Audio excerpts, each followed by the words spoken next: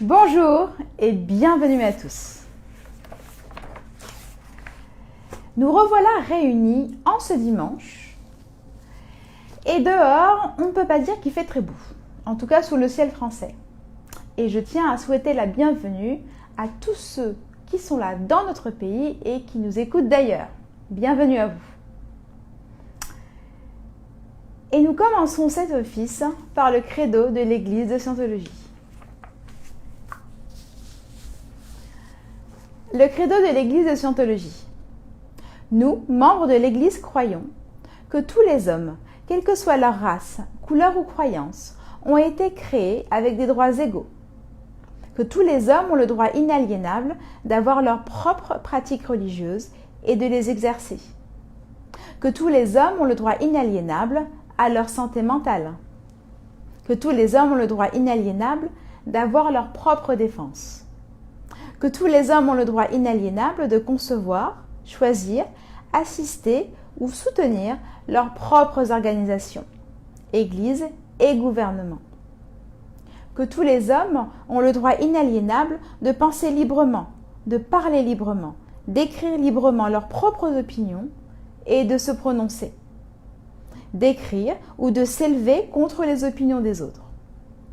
Que tous les hommes ont le droit inaliénable de créer leur propre espèce. Que les âmes des hommes ont le droit des hommes. Que l'étude du mental et la guérison des maladies d'origine mentale ne devraient pas être séparées de la religion, ni tolérées dans les domaines non religieux. Et qu'aucun agent, autre que Dieu, n'a le pouvoir de suspendre ou de négliger ses droits, de façon ouverte ou couverte. Et nous, membres de l'Église, croyons que l'homme est fondamentalement bon, qu'il cherche à survivre, que sa survie dépend de lui-même, de ses semblables et de l'accomplissement de sa fraternité avec l'univers. Et nous, membres de l'Église, croyons que les lois de Dieu interdisent à l'homme de détruire sa propre espèce, de détruire la raison des autres, de détruire ou d'asservir l'âme d'un autre, de détruire ou de réduire la survie de ses compagnons ou de son groupe. Et nous, membres de l'Église, croyons que l'esprit peut être sauvé et que seul l'esprit peut sauver ou guérir le corps.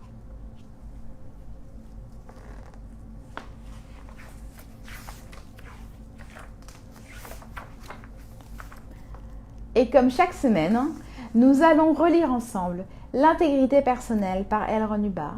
Et encore une fois, faisons-le dans une nouvelle unité de temps et peut-être qu'on aura un nouveau point de vue sur la vie ou sur un aspect de notre vie.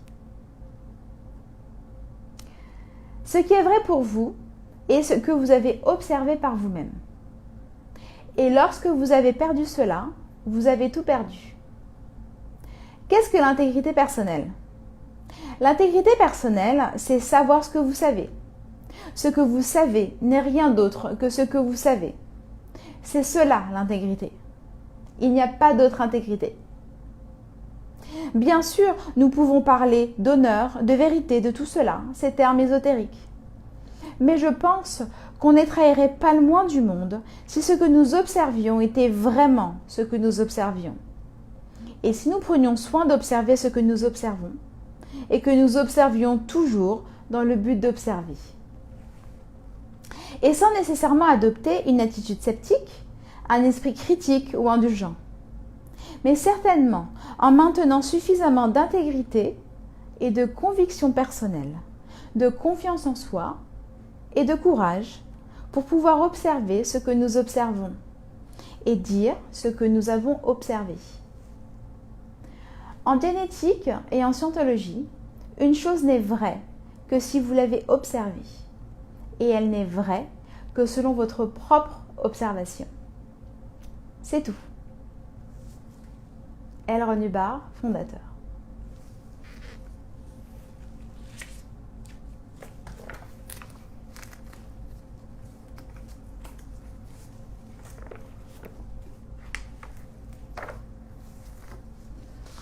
Le titre du sermon d'aujourd'hui s'intitule « Les buts de l'homme ». Et voici ce qui est dit. Le but de la vie dans l'univers fini peut être facilement et généralement défini comme un effort pour survivre le plus longtemps possible, d'atteindre l'état le plus désirable possible lors de cette survie, et en accomplissant ceci, de conquérir l'univers physique. Le cycle de la survie est conception, croissance, accomplissement, déclin, mort. Conception, croissance, accomplissement, déclin, mort. Encore et toujours. C'est le cycle majeur. Au cours d'une vie, il existe un cycle interne qui a à voir avec l'émotion ou l'action. Il s'agit de action, tentative, succès, tentative, échec. Le cycle émotionnel va du bonheur à l'échec. Mais ce ne sont que des cycles partiels. De même que chaque mort commence une nouvelle vie, tout échec finit par susciter une nouvelle tentative jusqu'à ce que la mort elle-même soit atteinte. En réalité, l'échec tout comme la mort sont tous deux transitoires. Ce sont des étapes éducatives sur une route bien plus longue. Toutefois, un individu se retrouve parfois tellement submergé que même ses efforts successifs pour vivre déclinent. Mais qu'est-ce que la survie et les actions d'un homme englobent ? Nous voyons clairement que les efforts animaux et végétaux sont nécessaires à la survie de l'homme. Nous pouvons constater que vivre est un travail d'équipe de la part de tout ce qui vit. Quelle part de ce travail d'équipe est contenue dans les activités d'un seul individu ? Nous avons ce que nous appelons les dynamiques. Les dynamiques dans la vie ressemblent un peu à l'effort dans la physique. Une dynamique est l'impulsion à survivre dans une certaine voie. Et une dynamique est la persistance à vivre. C'est l'effort fait en vue de vivre. Il y a 8 dynamiques. Elles embrassent tous les buts de survie que possède un individu. Elles embrassent toutes les choses pour lesquelles il survit. Aucune de ces dynamiques n'est plus ou moins importante qu'une autre. Et assez curieusement, quand l'une d'elles est émoussée ou diminuée, toutes les autres sont partiellement émoussées ou diminuées. Quand quelqu'un va à l'encontre de l'une d'elles, automatiquement, il va à l'encontre de toutes les autres. L'existence de ces dynamiques est très facile à démontrer. La première dynamique est soi. C'est l'effort visant à survivre en tant qu'individu, à être un individu. Cela comprend le propre corps et le propre mental de la personne. C'est l'effort visant à atteindre le plus haut niveau de survie le plus longtemps possible pour soi. Elle inclut l'individu et ses possessions immédiates. Elle n'inclut pas d'autres personnes. C'est l'impulsion à survivre en tant que soi individuel. L'individualité s'y exprime pleinement. La deuxième dynamique est la créativité. La créativité consiste à créer des choses pour l'avenir. Et la deuxième dynamique inclut toute créativité. Elle comprend la cellule familiale, l'éducation des enfants et toute activité qui entre dans le cadre d'activité familiale. Elle comprend aussi, par la même occasion, le sexe en tant que mécanisme pour garantir la survie future. La troisième dynamique est la survie du groupe. C'est l'impulsion à survivre au moyen d'un groupe d'individus ou en tant que groupe. C'est la survie du groupe. Celui-ci tend à avoir une vie et une existence qui lui sont propres. Un groupe peut être une communauté, quelques amis, une entreprise, un club, un État, une nation, une race ou toute autre forme de groupe. Quelle que soit son ampleur, il cherche à survivre en tant que groupe. La quatrième dynamique est l'espèce. La quatrième dynamique de l'homme est l'espèce humaine, c'est-à-dire à la fois les hommes et les femmes. C'est l'impulsion vers la survie par l'intermédiaire de l'humanité tout entière et en tant qu'humanité tout entière. Alors que la race blanche serait considérée comme une troisième dynamique pour une personne de couleur blanche, toutes les races de l'humanité réunies seraient considérées comme la quatrième dynamique. Toutes les hommes et toutes les femmes, parce qu'ils sont des hommes et des femmes, cherchent à survivre en tant que tels, et pour chaque homme et chaque femme. La cinquième dynamique est constituée des formes de vie. C'est l'impulsion à survivre en tant que forme de vie, avec l'aide d'autres formes de vie, comme les animaux, les oiseaux, les insectes, les poissons et les plantes. Ceci inclut toutes les formes de vie animales ou végétales, tout ce qui est directement et étroitement animé par la vie. C'est l'effort fait par toutes les formes de vie existantes pour survivre et c'est l'intérêt porté à la vie elle-même. La sixième dynamique est le MEST, ou l'univers physique. MEST représente matière, énergie, espace-temps. Le S, c'est le S de espace, ou space en anglais. Ce sont les parties qui composent l'univers physique. Nous prenons une lettre du début de chacun de ces mots pour inventer un mot MEST. La sixième dynamique est l'impulsion de l'univers physique à survivre, par l'univers physique lui-même et avec son aide, et ainsi que celle de chacun de ses composants. La septième dynamique est la dynamique spirituelle. C'est l'impulsion à survivre en tant qu'être spirituel, le besoin qu'a la vie elle-même de survivre. Tout ce qui est spirituel, avec ou sans identité, viendrait se ranger dans la septième dynamique. Elle comprend son propre état d'être, l'identité que l'on prend, le pouvoir de créer, le pouvoir de causer la survie ou de survivre, le pouvoir de détruire ou de faire semblant d'être détruit. Les idées et les concepts sont une subdivision de cette dynamique, ainsi que le désir de survivre grâce à eux. La septième dynamique est source de vie. Cela est distinct de l'univers physique et constitue la source même de la vie. Il existe donc une impulsion pour que survive la source de vie. La huitième dynamique est l'impulsion à exister en tant qu'infini. La huitième dynamique est généralement censée être un être suprême ou un créateur. Cette définition correcte est infinie. Elle embrasse la totalité de tout. Quand on a un problème qui embrasse plusieurs des sujets contenus dans ces dynamiques, la solution optimale à ce problème réside dans ceux qui bénéficient au plus grand nombre de dynamiques. Les solutions qui nuisent à une dynamique au bénéfice d'une autre engendrent finalement le chaos. Cependant, il est presque possible d'atteindre des solutions optimales. Et la pensée de l'homme à son niveau le plus élevé ne cherche qu'à apporter le maximum d'ordre et le minimum de chaos. Au niveau inférieur, l'individu mettra l'accent sur une ou deux dynamiques, aux dépens des autres, vivra alors une existence très désordonnée et produira beaucoup de chaos pour ceux qui l'entourent. Le soldat qui balance sa vie sur le champ de bataille agit en fonction de la troisième dynamique, sa compagnie, sa nation, aux dépens de sa première dynamique, de la quatrième et de tout le reste. Il se pourrait que le dévot vive sur les 8e, 7e, 5e et 4e aux dépens de la première et de la 6e. Et que l'égoïste ne vive que sur la première dynamique, un effort très chaotique.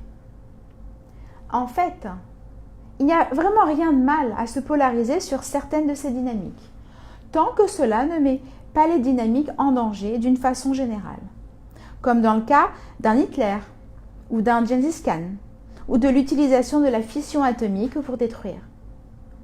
À ce moment-là, tous les hommes commencent à se retourner contre les destructeurs.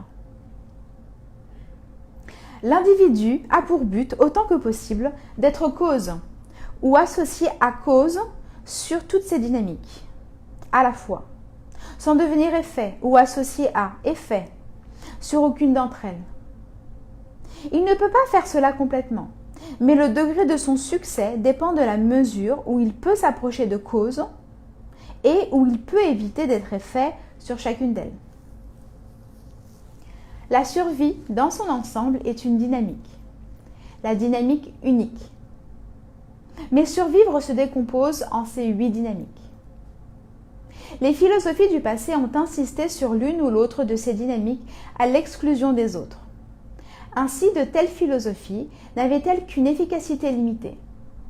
Les psychothérapies ont insisté sur telle ou telle dynamique indépendamment des autres et n'ont donc pas obtenu de très grands résultats. Freud, par exemple, mit énormément l'accent sur la deuxième dynamique, la sexualité. Il y a quelques raisons pour accorder à celle-ci la part du lieu en thérapie, mais uniquement en raison des singularités de cause et effet et des aberrations sexuelles dans la culture générale, et non parce qu'elle est plus importante que n'importe laquelle des autres en tant qu'élan ou impulsion. Aucune de ces dynamiques ne rendra quelqu'un fou, lorsque l'une d'elles échouera plus qu'une autre. Mais il est tout à fait vrai qu'un échec ou empêchement sur l'une quelconque de ces dynamiques provoque un empêchement sur toutes les autres. La peur sur une dynamique se transforme en une peur sur toutes les autres. Contrevenir à l'une, c'est contrevenir à toutes. Réussir sur l'une, c'est réussir sur toutes. Se défendre sur une, c'est se défendre sur toutes. Les preuves de l'existence de ces dynamiques résident dans l'efficacité des procédés qui en découlent. Il se trouve que lorsqu'on pense qu'un individu fonctionne uniquement sur la première dynamique et qu'on essaye de créer une thérapie qui marche en se basant sur cette supposition, l'individu ne perd pas ses maux psychosomatiques et ne s'améliore pas. Quand on essaie de traiter exclusivement la seconde dynamique, autant que thérapie, l'individu ne s'améliore pas. Quand une personne utilise toutes ces dynamiques pour résoudre ses problèmes, elle obtient des résultats très nets et surprenants. Les buts de l'homme, alors, proviennent du but unique de survie, par une conquête de l'univers matériel. Le succès de sa survie se mesure en termes de survie générale de tous. Un homme travaillant dur pour sauver la première pourrait inconsidérément détruire toutes les autres. Où serait alors la première dynamique ? Les principes des dynamiques sont destinés à être utilisés. Pour apprendre davantage sur les dynamiques et sur leur relation avec votre vie, lisez le livret « Les dynamiques de l'existence » ou le manuel de scientologie, qui est plus complet. Vous y trouverez des applications pratiques dont vous pourrez immédiatement tirer profit. Pas mal, hein ? Réfléchissons à ces buts de l'homme et ce que nous voulons pour chacune de nos dynamiques, ok ? À présent, nous allons faire la prière de Scientologie pour la liberté totale. Puisse l'auteur de l'univers donner à chaque homme la possibilité de parvenir à la compréhension de sa nature spirituelle. Puisse notre conscience et notre compréhension de la vie s'agrandir, afin que tous puissions découvrir l'auteur de l'univers. Et puissent d'autres aussi atteindre cette compréhension qui mène à la liberté totale. En ce moment, nous pensons à ceux dont la liberté est menacée, à ceux qui ont souffert d'emprisonnement à cause de leurs croyances, à ceux qui ont été asservis ou martyrisés, et à tous ceux qui se font brutaliser, piéger ou attaquer. Nous prions pour que les droits de l'homme soient préservés, pour que les peuples puissent croire et pratiquer leur foi librement, afin qu'à nouveau la liberté règne dans notre pays. Libérés de la guerre et de la pauvreté et du besoin, libres d'être, libres de faire et libres d'avoir. Libres d'utiliser et de comprendre le potentiel de l'homme, un potentiel d'origine et de nature divine. Et libres de parvenir à cette compréhension et cette conscience qu'est la liberté totale. Dieu fasse qu'il en soit ainsi. Merci beaucoup de m'avoir accompagné en cet office. Je vous souhaite un très bon dimanche et à très bientôt.